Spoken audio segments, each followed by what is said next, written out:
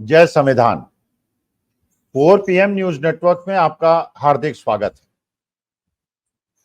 मुझे ऐसा लगता है और बहुत सारे विश्लेषकों को ऐसा लगता है कि मोदी जी ने निर्मला सीतारमण जी के माध्यम से जो ये बजट पेश किया है, इसमें अपनी सरकार को बचाने के लिए भारतीय जनता पार्टी की बलि ले ली। अब ये मैं क्यों कह रहा हूं?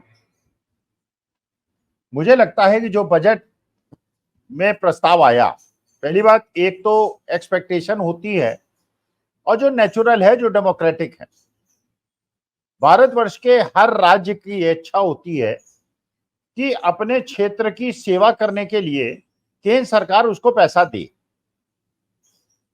और केंद्र सरकार का यह कर्तव्य होता है कि वो हर राज्य को उसकी आवश्यकता अनुसार और अपने संसाधनों के अनुरूप पैसा आवंटित करे।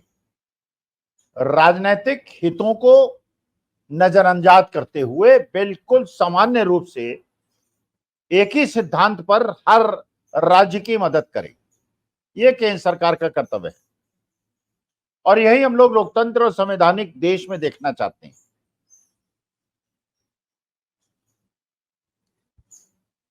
जो बजट पेश हुआ उसमें आपको याद होगा, बिहार के अंदर जब माननीय मोदी जी गए थे और बड़ी सभा को संबोधित कर रहे थे, उन्होंने कहा था बताओ बिहार को कितना पैसा दूं, 50,000 करोड़ दूं, 60,000 करोड़ दूं, 70,000 करोड़ दूं, और वो 1 लाख 1.5 लाख पता नहीं कहां कहां पहुंच गए थे, लेकिन उन्होंने शुरुआत 50,000 करोड़ से की थी।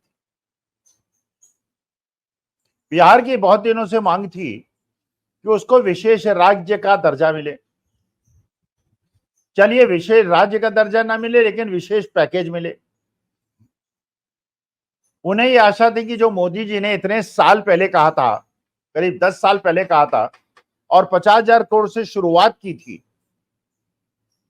अगर उससे इन्फ्लेशन ही जोड़ लिया जाए तो पिछले 10 साल के अंदर उसी की कीमत 50 लाख करोड़ से बढ़कर 75 लाख करोड़ तो हुई, 75,000 करोड़ तो हो ही गई। तो इन्फ्लेशन को नजरअंदाज करते हुए जब अपने 50,000 करोड़ से बोली लगानी शुरू की थी और 1.5 लाख करोड़ तक पहुंच गए थे, अब आपने 10 साल के बाद 50,000 करोड़ दिया है, तो जो विशेष राज्य का दर्जा नहीं मिला, स्पेशल पैकेज नहीं मिला, और ये जो पैसा मिला ये बिल्कुल एक प्रकार से ऊंट के मुंह में जीरा है। बिहार और झारखंड, बिहार को काट के झारखंड बना था।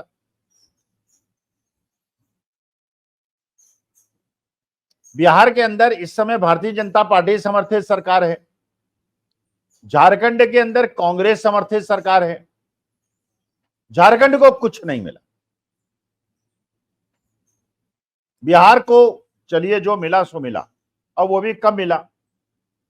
इसका मतलब ये प्रश्न तो उठता है, क्या लोकतांत्रिक संवैधानिक व्यवस्था के अंतर्गत आप केवल उन राज्यों को पैसा देंगे जो आपका समर्थन करते हैं, और जो विपक्षी, जिस राज्य के लोग विपक्षी दलों को जिताते हैं, आप उनको पैसा नहीं देंगे?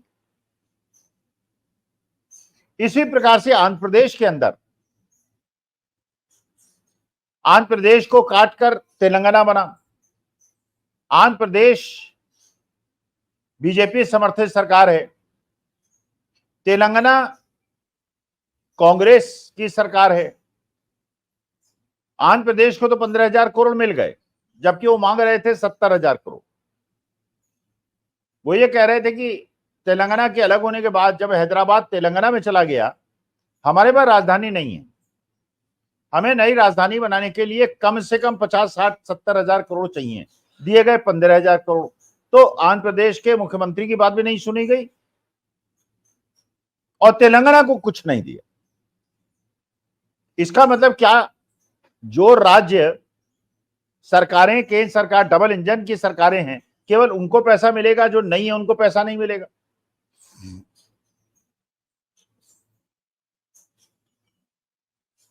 ये तो चलिए बिहार की बात हुई, महाराष्ट्र की बात हुई।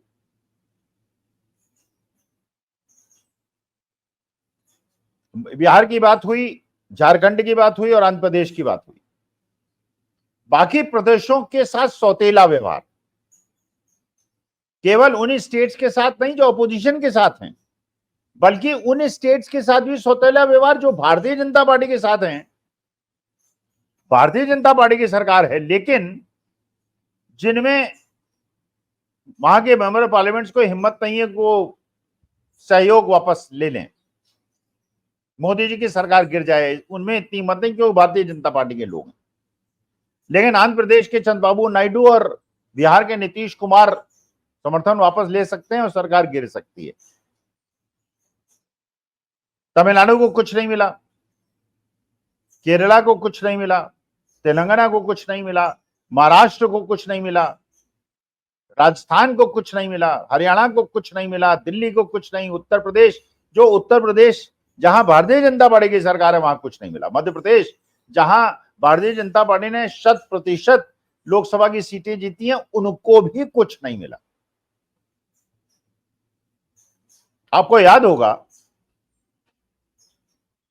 एक जुमला है भारतीय जनता पार्टी का, सबका साथ सबका विकास।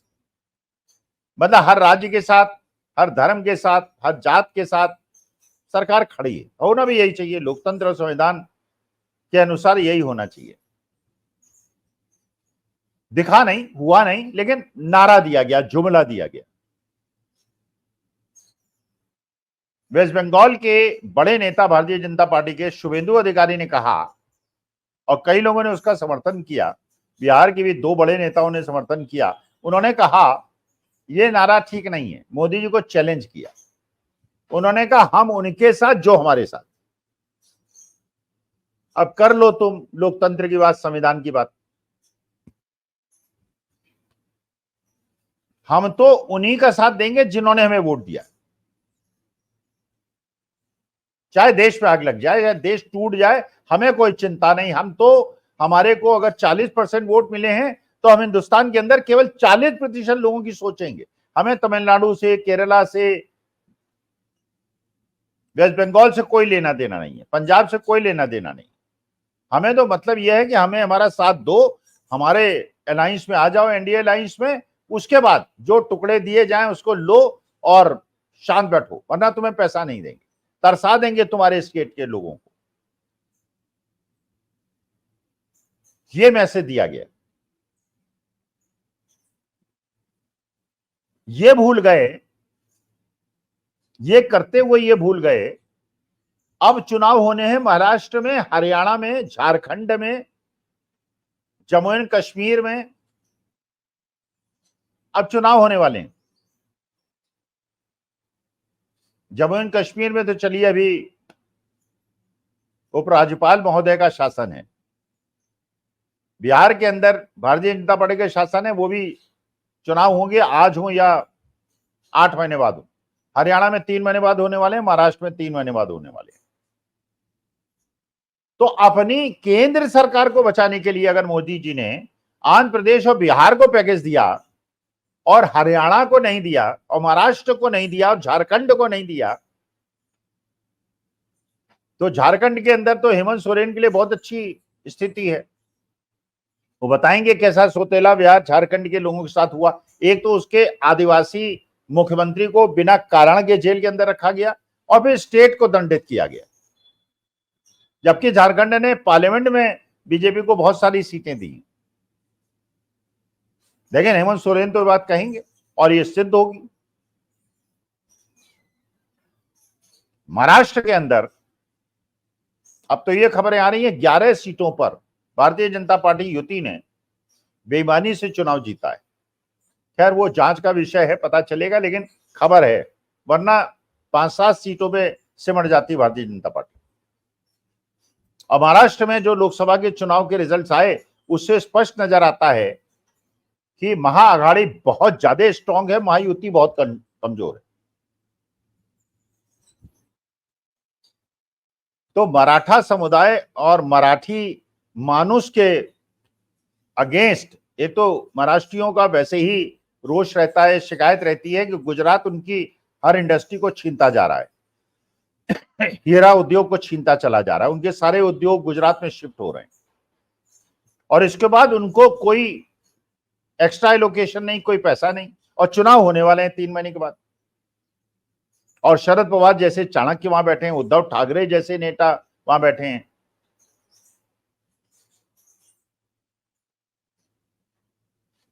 हरियाणा के अंदर जहां 5-5 सीटें कांग्रेस को और भारतीय जनता पार्टी को मिली हैं, आज के तारीख में अगर आज चुनाव हो जाएं तो 60 सीटें कांग्रेस को मिल जाएंगी। और ये करके कि हरियाणा को पैसा न देकर जहां चुनाव होने वाले हैं, झारखंड को और महाराष्ट्र को पैसा नहीं देके जहां चुनाव होने वाले हैं, क्या आपने अपनी केंद्र सरकार को केवल बचाने के लिए इन आगामी चुनावों को ताक में रख दिया है और सैक्रिफाइस कर दिया है भारतीय जनता पार्टी?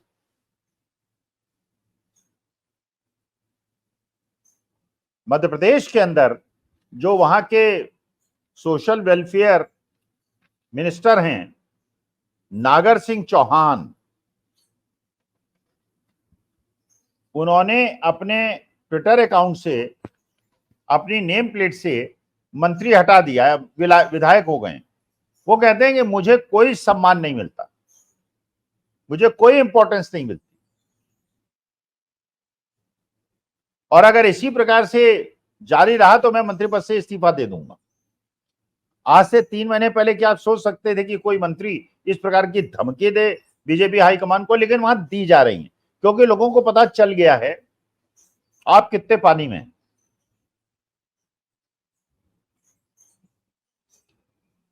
लोकसभा के अंदर किसान नेता मिलना चाहते थे राहुल गांधी से, पहले मिलने से मना कराया गया।